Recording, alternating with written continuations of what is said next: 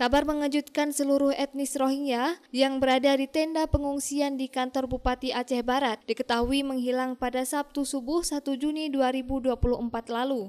Hilangnya etnis Rohingya di tenda pengungsian diketahui saat dicek oleh petugas Satpol PP sebelum melaksanakan apel pagi. Ternyata di dalam tenda sudah tidak ditemukan satu orang pun etnis Rohingya. Mereka meninggalkan semua perlengkapan di tenda seperti karpet alas tidur, kain selimut, dan pakaian. Para etnis Rohingya tersebut diduga kabur pada waktu subuh saat petugas Satpol PP yang piket sedang beristirahat. Sebelumnya para etnis Rohingya tersebut sudah beberapa kali berhasil melarikan diri dari tenda pengungsian yang berada di komplek kantor Bupati Aceh Barat dari jumlah keseluruhan 75 orang. Kini satu orang pun tidak berada lagi di lokasi tenda pengungsian.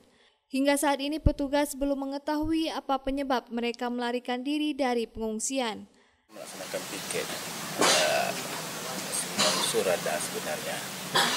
Memang malam itu jam deras, kemudian anggota piket kena bercepat istirahat. Pas paginya waktu kita mau ada apel itu ada tenda kosong. Mulai jam 1 masih di sini. Anggota piket pun masih di sini. Kita nggak tahu. Biasanya mereka itu menurut pengalaman mereka yang sudah yang sekitar subuh itu mungkin.